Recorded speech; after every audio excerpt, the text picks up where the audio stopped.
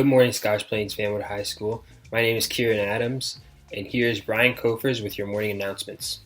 Good morning, SBFHS. Today is October 20th, 2020. It is an A Day. The annual statewide Week of Violence Prevention Awareness continues. Remember, change starts with you. As Albert Einstein once said, peace cannot be kept by force, it can only be achieved by understanding. SAGA will meet this Wednesday at 2:30 p.m. Please email Mr. Ketziner if you're interested in attending. Attention all students, the Coleman Yearbook is on sale now for the low price of $85 with 4 free icons. This is the cheapest the yearbook will ever be, and the special pricing ends October 23rd. So far, this has been an unforgettable school year. Don't miss out on the chance to purchase this very special edition. Go to www.jostens.com today. Thank you, Brian. Now, with Halloween right around the corner, we have a roundtable discussion about Halloween candies and movies. Good morning, Raiders.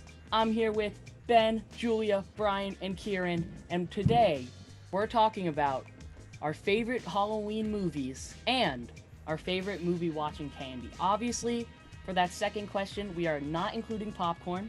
1, it's not a candy. 2, everyone likes it. And if you don't, I don't trust you. My favorite Halloween movie is Scream from 1996. It's this meta horror comedy with a bunch of stars. It has Courtney Cox, David Arquette. It's both so funny and yet so intriguing because it's just a whodunit mystery, and it works so well. I love it. One of my favorites is Toy Story of Terror. It's a TV special from 2013. It's not technically set around Halloween, but like the first 2/3 of it are like clearly parodying a lot of like slasher movies and suspense movies. And then there's a narrative twist for the last third, and it really at that point it kind of stops being a Halloween special, but it's amazing and everybody should watch it. No other Halloween movie beats Nightmare Before Christmas. That movie, in and of itself, ever since elementary school, I kept the tradition of watching it every single year.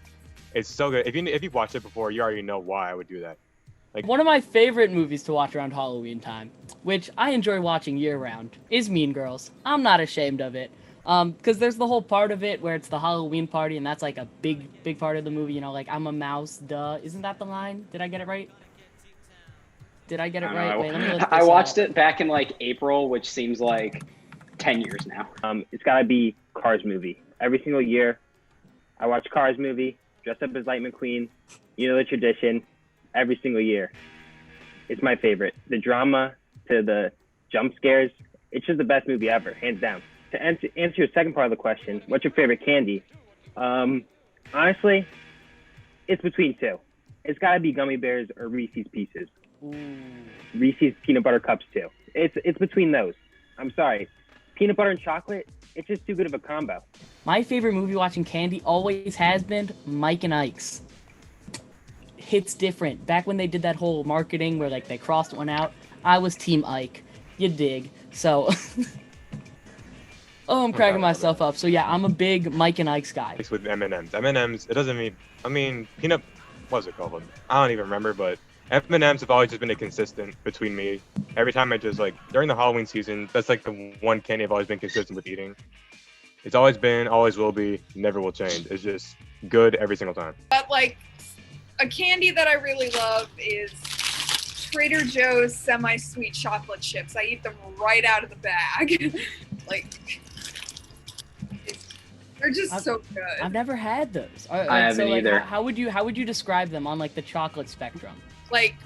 They're semi-sweet chocolate, and it's the best possible. So would that kind of fall in between white and milk? No. Range? Falls between milk and dark. Milk and dark range. Ooh. If I was just going off of, regular candies, I would probably say Reese's, like Kieran, but right here, chocolate covered cookie dough bites is the greatest movie watching snack ever made, and I don't even think I need to elaborate on why. It's literally what it is.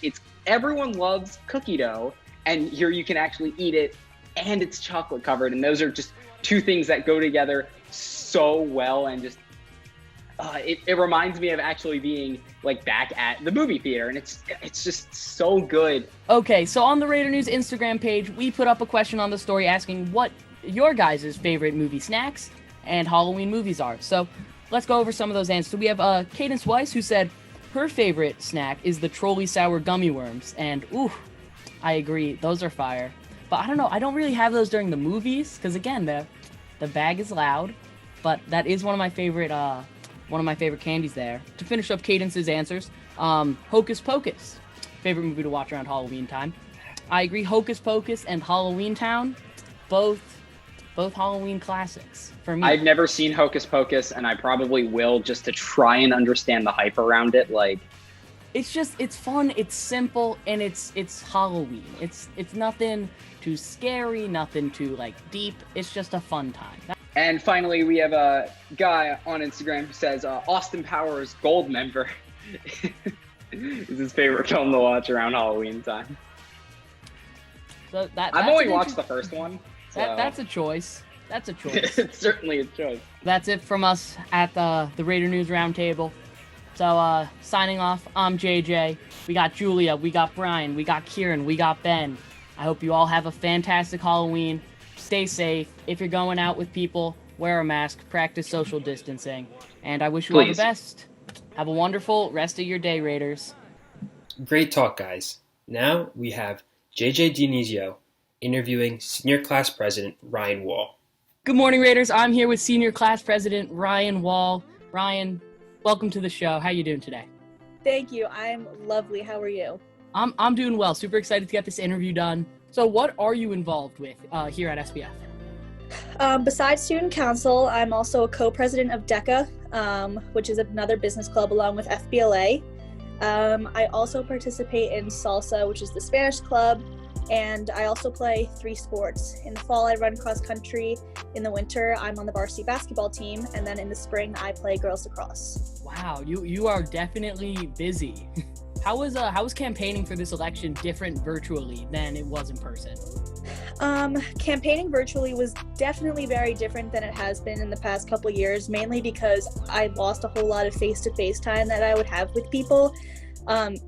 Talking to people face-to-face rather than on the internet, you're going to get, a much closer connection with people. And then you can kind of, hopefully gain their vote or talk to them about your platform rather than having a Google Slide with just your platform on it. It makes me seem much more of a real person rather than just someone who's online.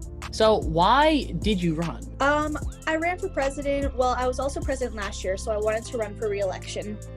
Personally, I feel like I'm a pretty good leader, and being president is one of the ways that I can kind of use my voice and lead my fellow students.